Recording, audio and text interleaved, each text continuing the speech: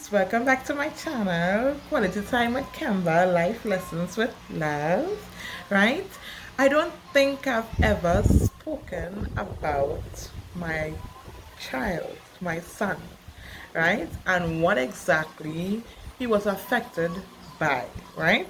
Now, my son, for those of you who knew or know that my son had a colostomy, I wanted to explain how we got to that point, right? Now, my son was affected and born with, I should say, not by. He was born with Hirschsprung disease. For those of you who don't know what Hirschsprung disease is, it's a disease that affects the developmental growth of your digestive system. I think that affects either the large intestine or the small intestines, right? Now, I think it has to do with his situation had to do with the ganglions in the nerve system. It really attacks the nerve systems and the cells there that, a lot of people don't know this, but obviously intestines and stuff, they have no feelings really. When they have to go off, it's the rectum that carries all the feeling. That is why people who excuse those the doors in the back there, they stimulate the rectum because the internal part there isn't no feeling. So when you force nothing like, oh my god, it hurts, and it's really the rectum on the outskirts right there that gives all the sensation and feeling of pain or whatever. So yeah, so my son, his enlarged intestines was affected by this. And when we get to find out, this is where the bacchanal starts here. When we get to find out, it was already terrible on his bowels. Because remember, as I said, the nerves didn't all develop properly. So it wasn't giving the signal to the brain that, hey, I want to go off. And when it did happen, so it was like it had a shortage, when in charge of a shortage. Because with him, he used to go off, but all wasn't coming out. So from since he born to when he was a year, some stool would come out and some was staying back. So from newborn to now, he had stool backed up like catching like in his bowel, right? Until it gets so bad, he tried to stool through his mouth, like vomit. And stool was coming through his mouth. Very scary experience, especially for me. Now let's rewind. Now, as a mother, remember I explained to you guys that my maternal instincts kicked in 100%. So that means, bitch, if I know something wrong with my child, I know something wrong with my child. You can't tell me, no doctor can't tell me I know something wrong with my child. Right? So when we do so now, when he was like about some days old, remember 24 hours, he would pass the meconium and the stool and the black stool. And he did that normal. But then, as the days go by, I find like his stool was coming out pretty green, like a lot of green now. Honestly, my son was a eating baby just like his mother. He would suck these titties, that's why they're low like this, to the ground, right? He would suck breasts and still be hungry.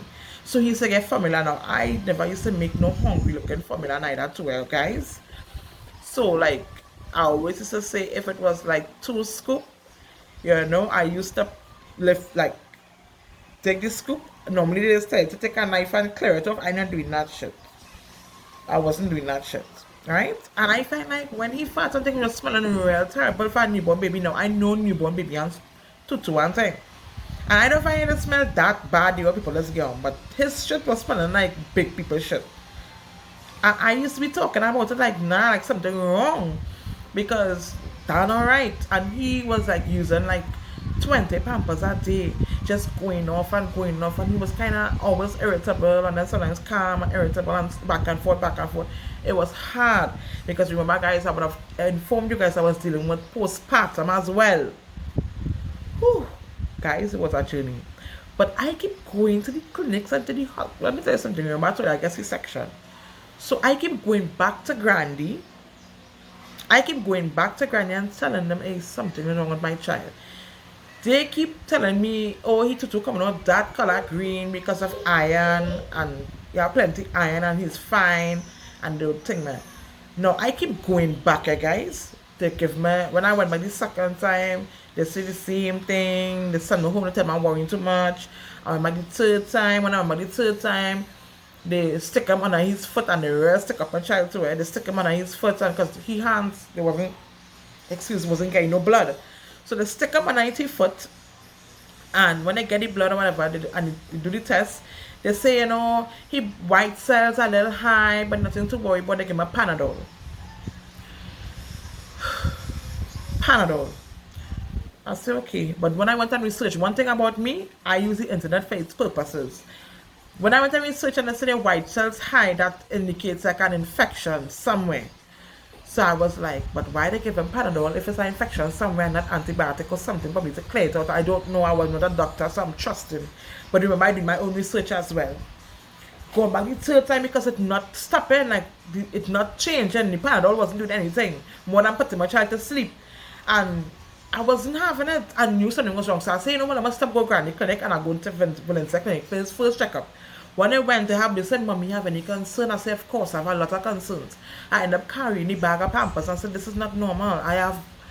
I come from a family of a lot of females and I have seen them have babies, and I know for a fact, this amount of Pampers here, I was using like 2 boxes of Pampers like in 2 days.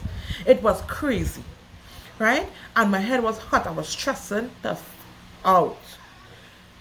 Remember, a box of Pampers, a box of newborn Pampers, I'm talking about a box. I'm not talking about Pampers in the pack, I'm talking about box. We get like 84 one time a week, gone. Don't know my child for already. Right? And it's like, what is this? They tell me the same thing. They say, no, I change the milk, the milk, but he must be Enfamil, because I never really like Enfamil. I didn't like the milk. I always like Similac.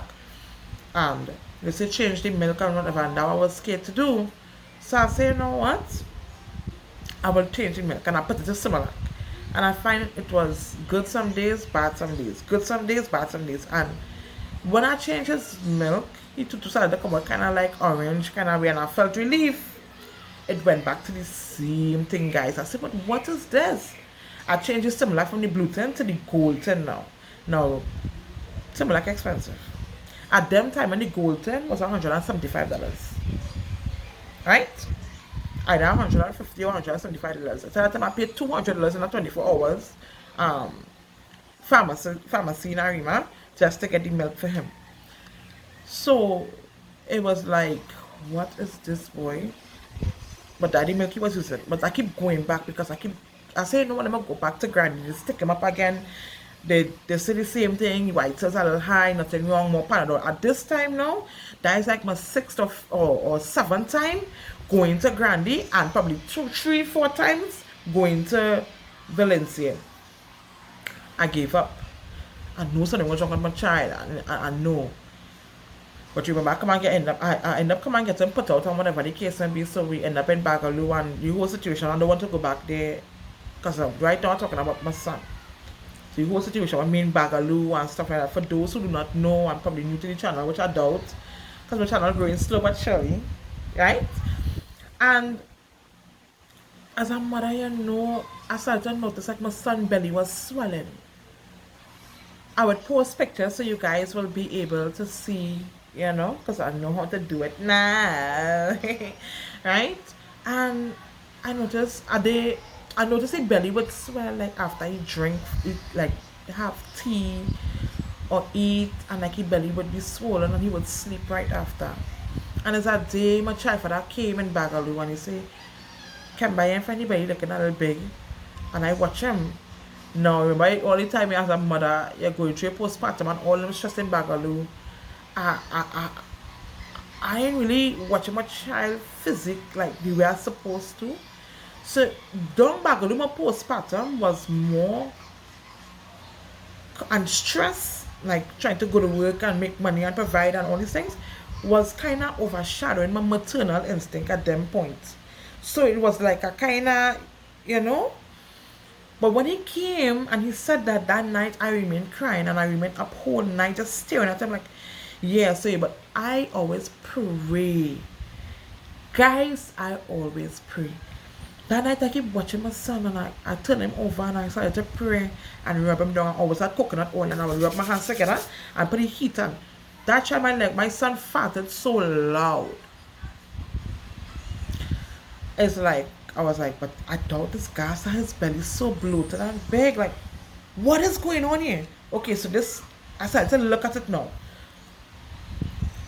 A day in Bagaloo, my child just vomit this brown yellow substance out of the blue, just yellow brown, and I just was like freaking out.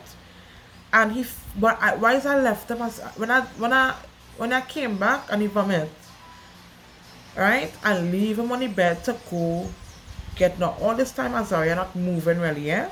Me know what happened that day.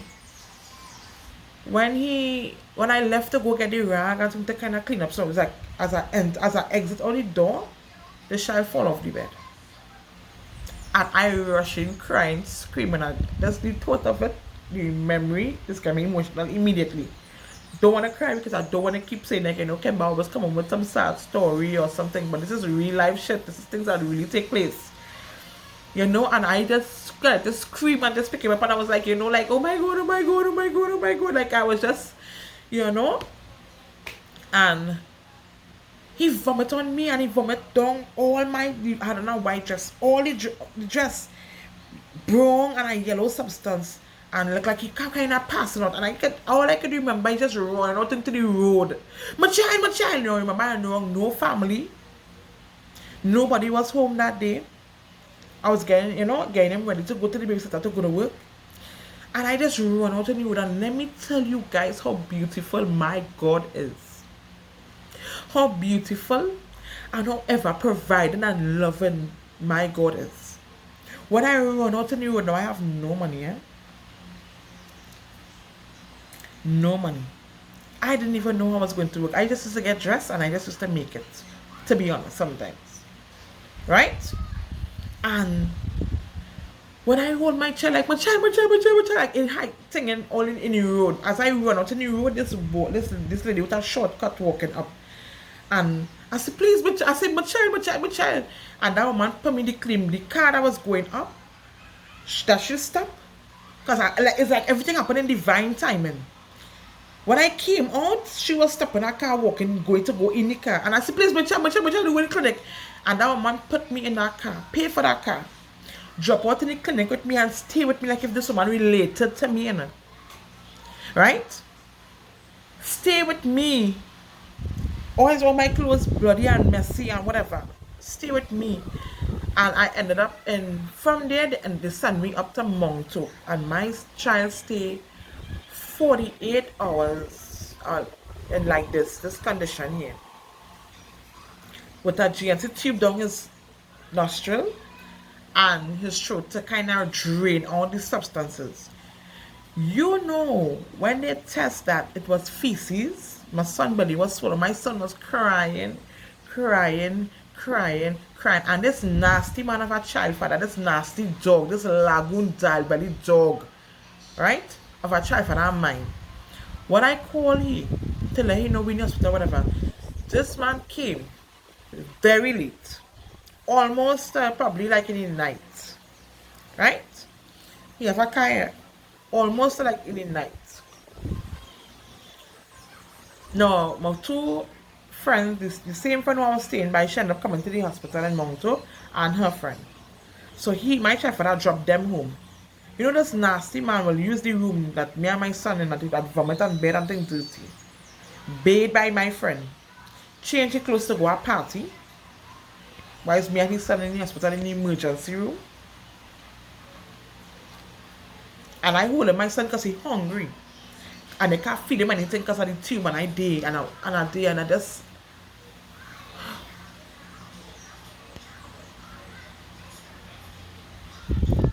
Guys, I would not wish that experience on anybody. I wouldn't wish that experience on anybody.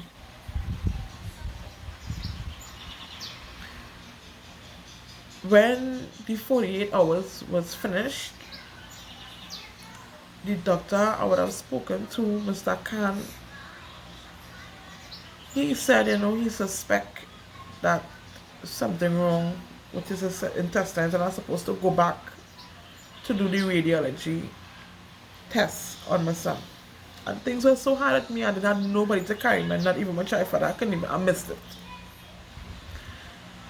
And then it so happened that fast forward a couple of months after, I ended up coming back home, thank God, in Valencia. And when we came back home in the August, September, the 19th was someone that turned a year. Now, the day my son turned a year, the day after, my grandfather died. Right? He died. And after my grandfather died, during this period, I noticed my son's belly was swelling again, and he was having issues going off, and he would make a noise like like forcing, like a pain, like a grunt. And every time that would happen, I would rub his stomach, and again,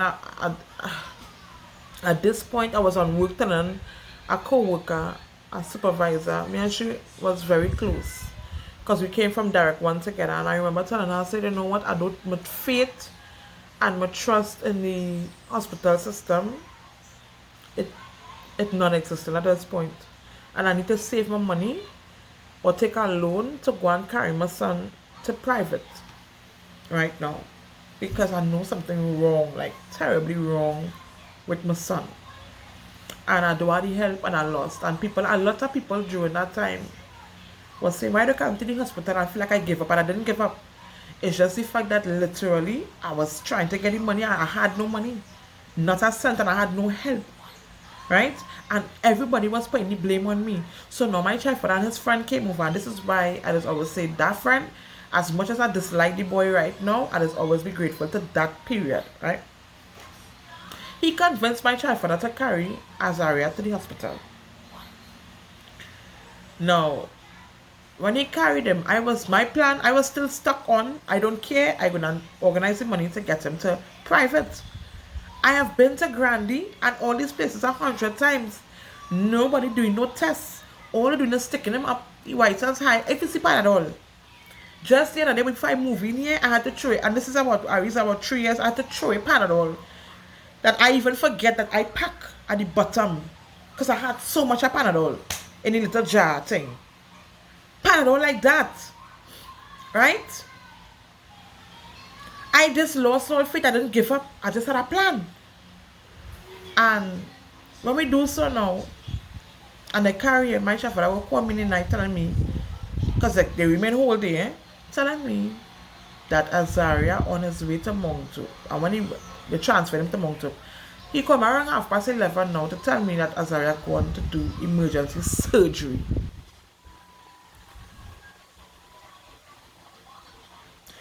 Guys, I went from, I know something was wrong.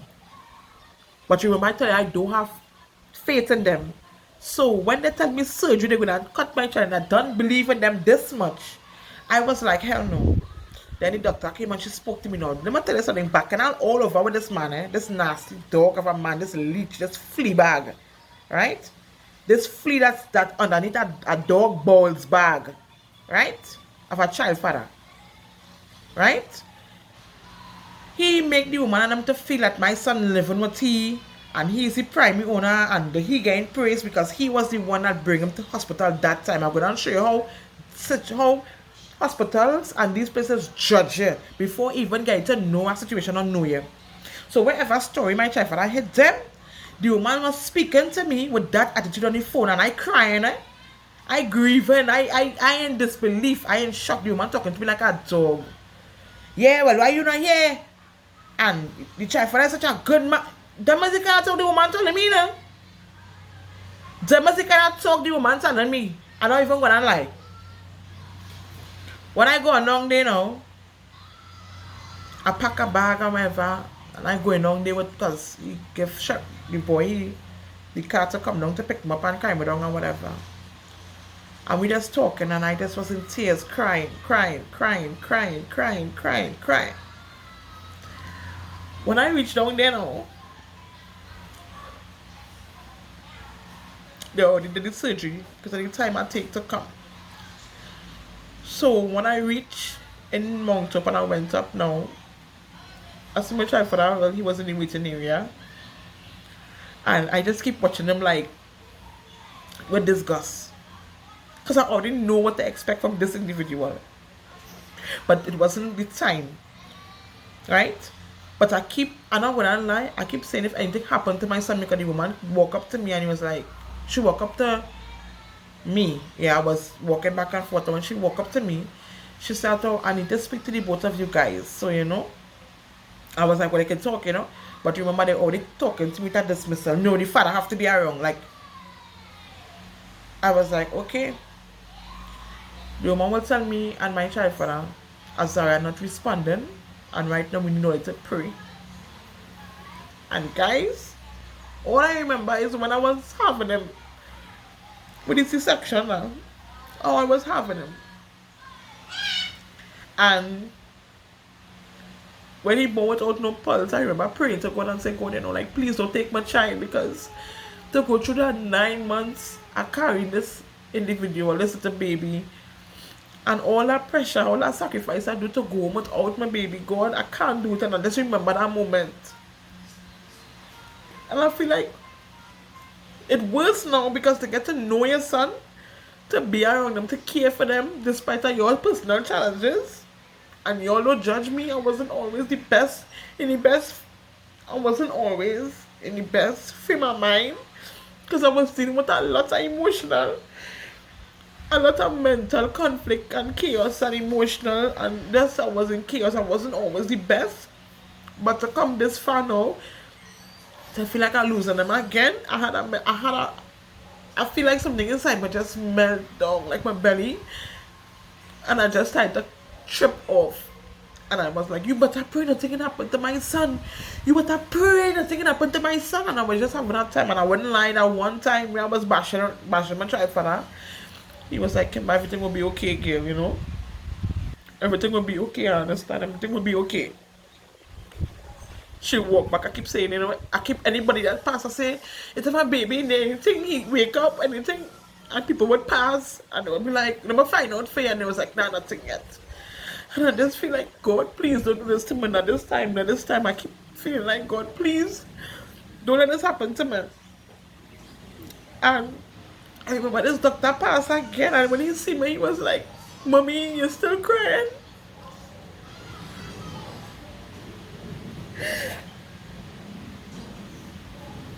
He was like, Mommy, you're still crying. And I say, well, you find out anything? He said, Mommy, yeah, he wake up. He wake up. I think he wake up. When they walk out, they say, no, Mommy, you can go and see him. And I remember just watching him on the bed. And they say, Mommy, stimulate his ears. And I remember touching the ears and I saying, I'm sorry. I'm sorry, yeah. And he open the eyes. And he watch me and he do so. And he close down his eyes and he open his eyes again and he watch me.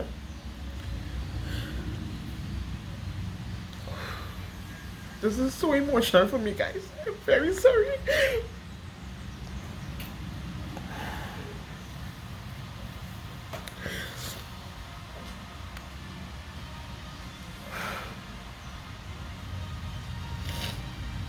I really didn't want to do this video now.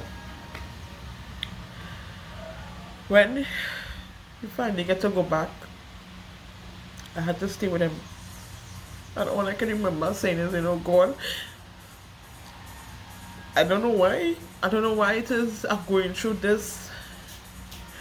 And life not giving me a break. Mommy. Hi, babe. How much your tea? Stop it. Go on. Go watch your tablet, baby. Come on, show them how you overcome. Look at his face. Huh? Dog. Say hello. Hello. Say welcome to Mommy Channel.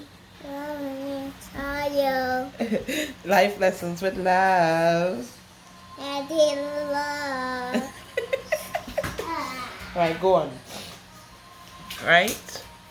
And the journey really started there, because after that now, they would have come and talked to me. And this lady was talking. Well, I had a few rough days because, as I said, the doctor was a bit very standoffish, but she learned in time that I was the one that had Azaria, because he couldn't answer none of his questions. He didn't know nothing about his child. He didn't care. And it was so bad that social worker came in, threatened us, threatened to take away the baby, but then she realized his child as well taken care of. He here was, everything worked out well. And I made a lot of beautiful friends in Mount Hope, and I'm gonna lie. And I always had a personality where I was so grateful that I didn't have nothing in the hospital. I didn't have no family coming to drop a bowl of food or water. I was like literally a destitute. I didn't mind. And when my tripod, I would come in, even come with a bowl of water, a bottle of water to make tea for the child, nothing. Not even a ton of milk, nothing. Nothing. But he can walk with no milk, I didn't go put on him. Because the doctors and them, they had him on a meal, the meal plan.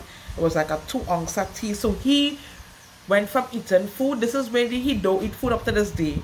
He don't like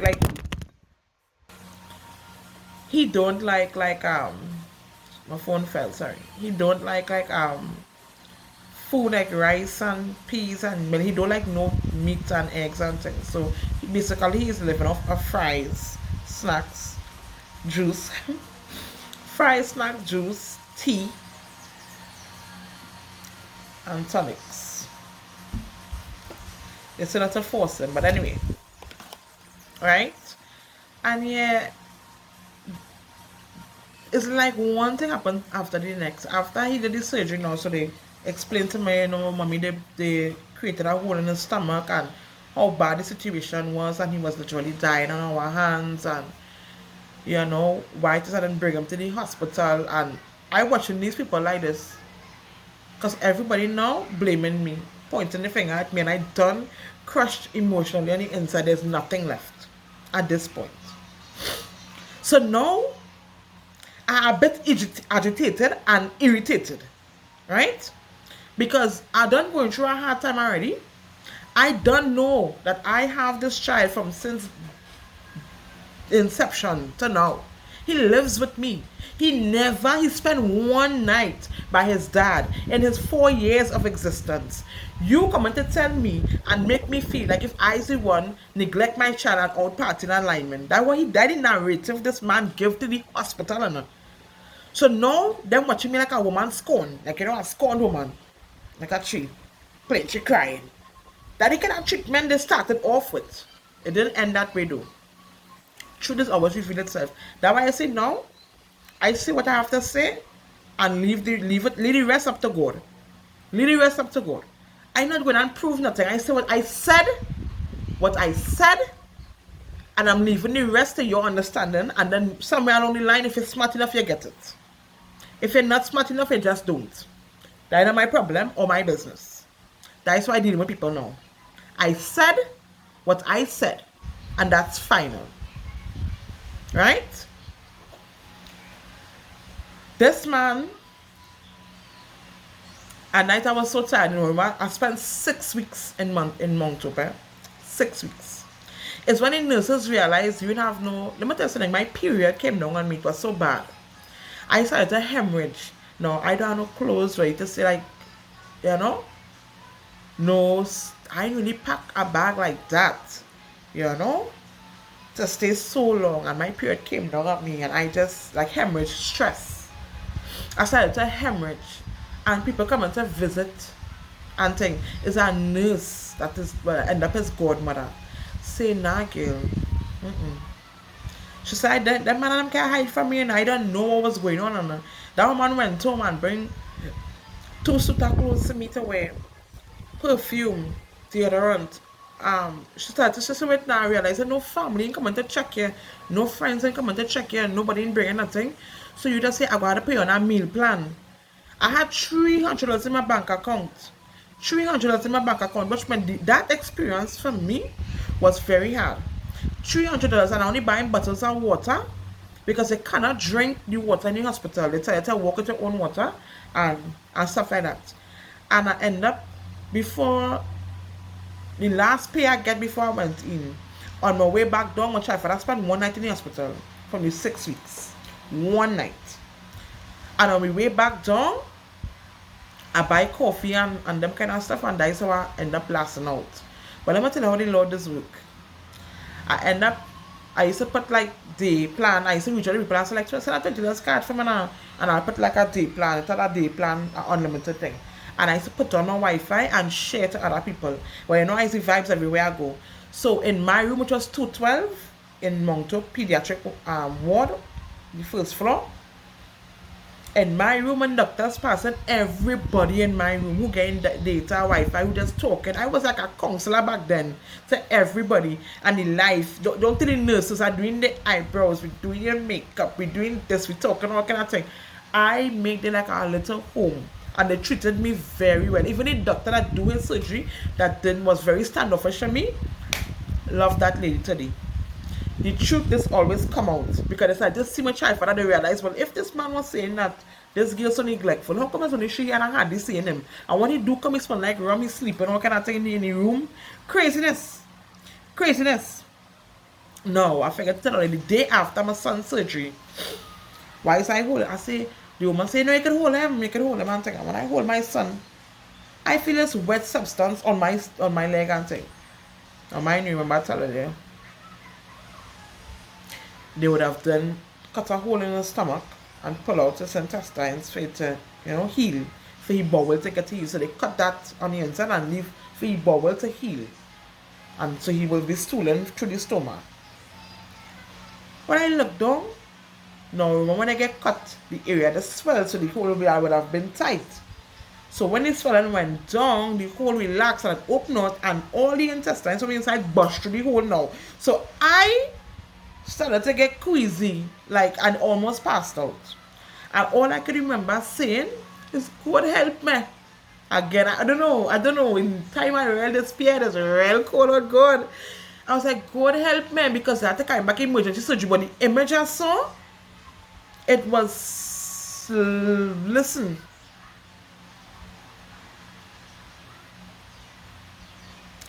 The image I saw, I felt like my spirit was wavering in my body like this. If I felt nauseous, like you're going to pass out, but you ain't really passing out, but like you're in between pass out and up and awake, that was me. I was shook. And the tightening, the woman, they rush him off and and I was like, God, I had a headache. And I was like, God, please, this.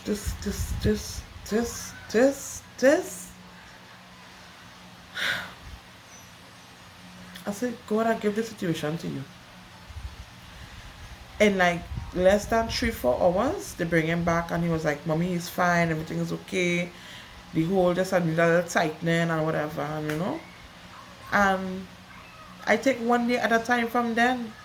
One day at a time. And you want to know this sad thing? I learned, I watched everything, I googled about the Hirschsprung disease, and I made I have a family in Moncton, I must say. One another be his godparents who come and checked us after the Christmas after we went home was so nice. Listen, I have to call her name Islin Paul from Moncton. Listen, if ever you come across this video, we thank you.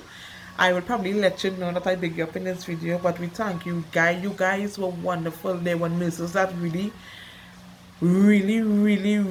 went above and beyond. And you remember I wasn't working at the time, so when I came out of the hospital, I had no money.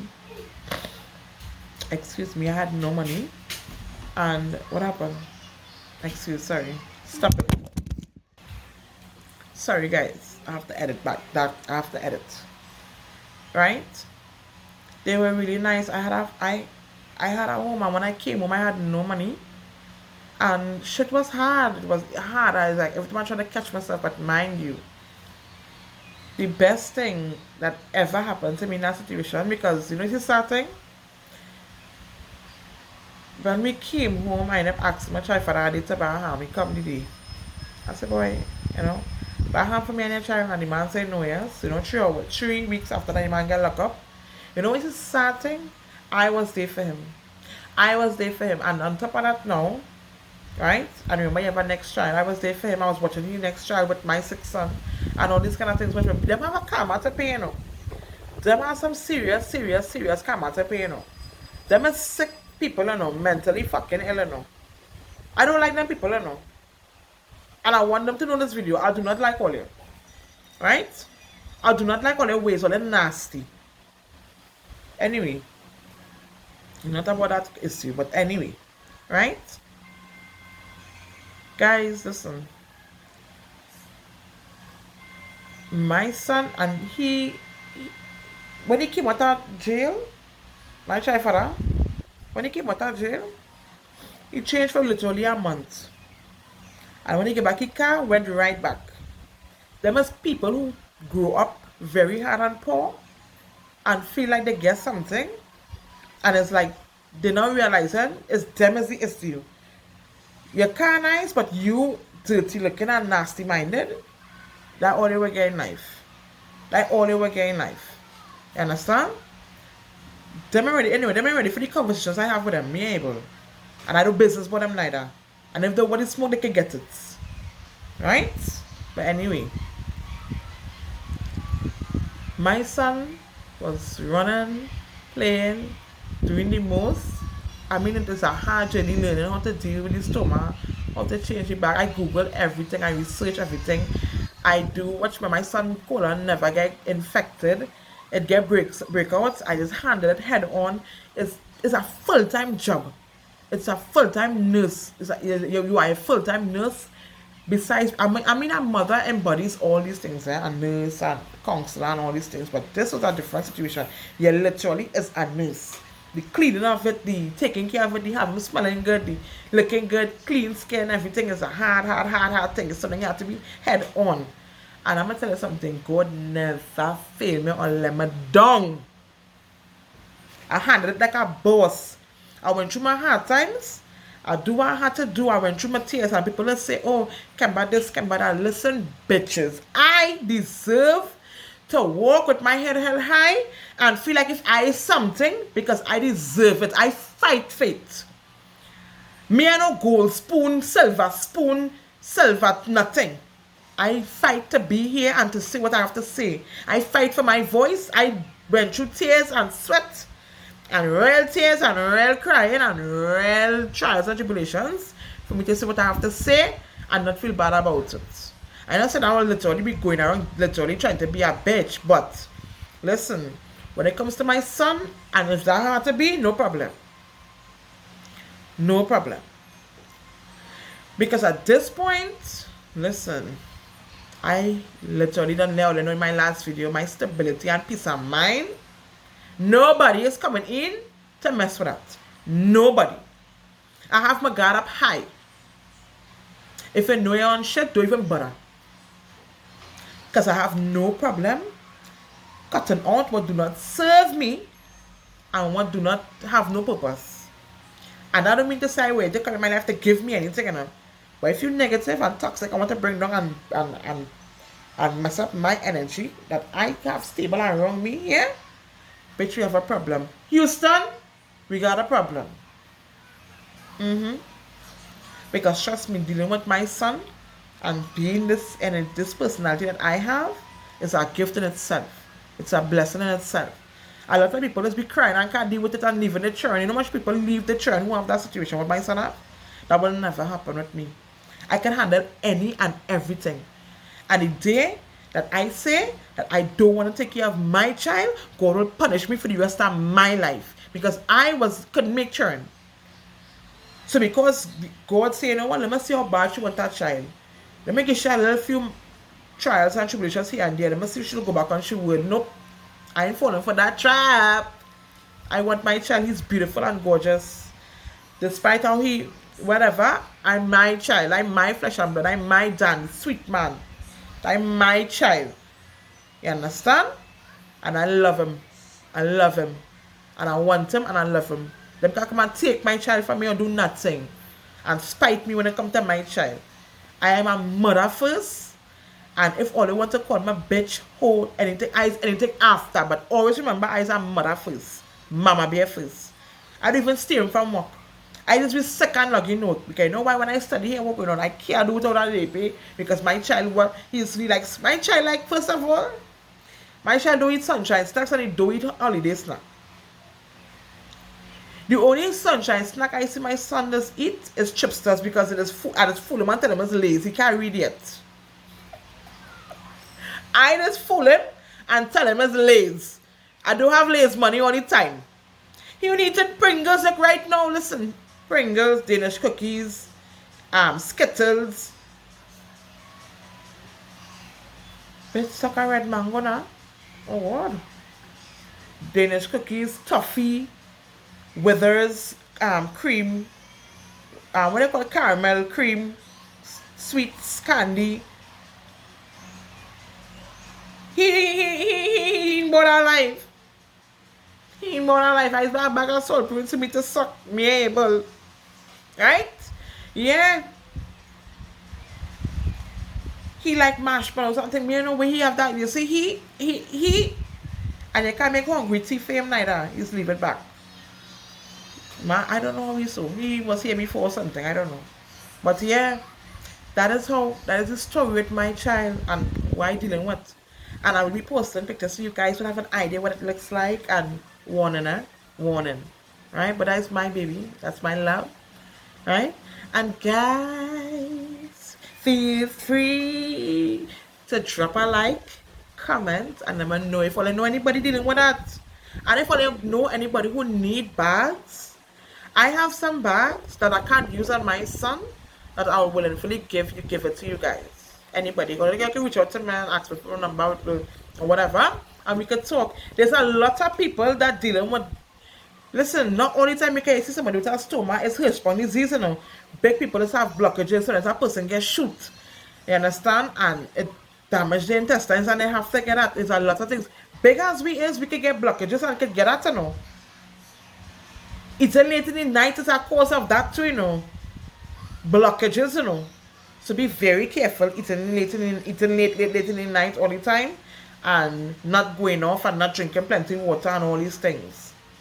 Oh my god, my coffee went cold. Anyway, right? Be very aware. Very, very, very aware of that. Because another question I don't know nobody else getting only awareness, awareness on how I dealt with this and what I've been through and what my son and how we here today, and I got better every day. Every day I was like Dory. When I first got my son, we was emptying the bag in our cup. And bit by bit, more and more, I keep elevating and learning ways to make it easier for me. And I just keep learning. I use Pampers now, or I empty out in the toilet. You know, I do all kind of different things that works for me easier. Every day on work, I log in at a certain time and I sit down, guys, for 7, sometimes 6 hours straight. I sit down just to take my breaks because we're working from home.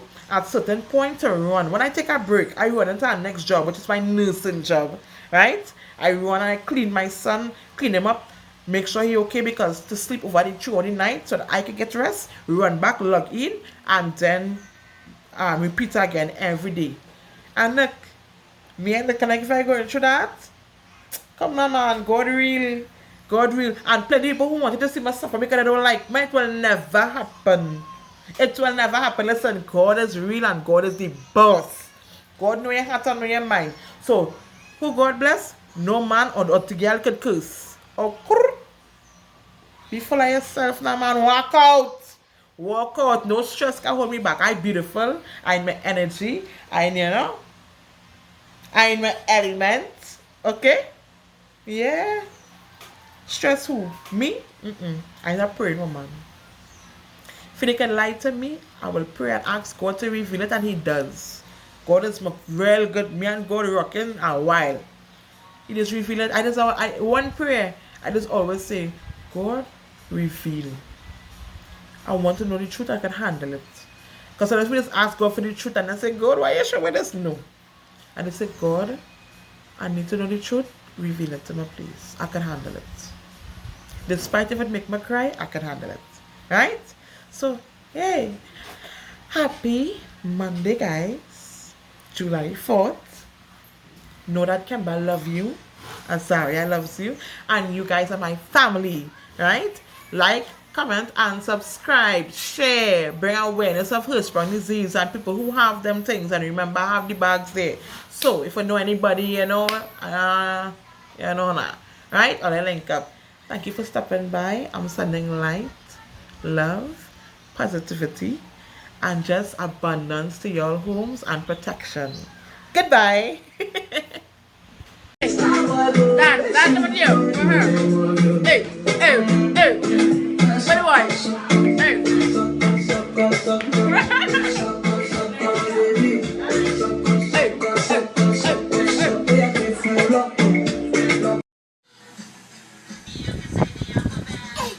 Back to me.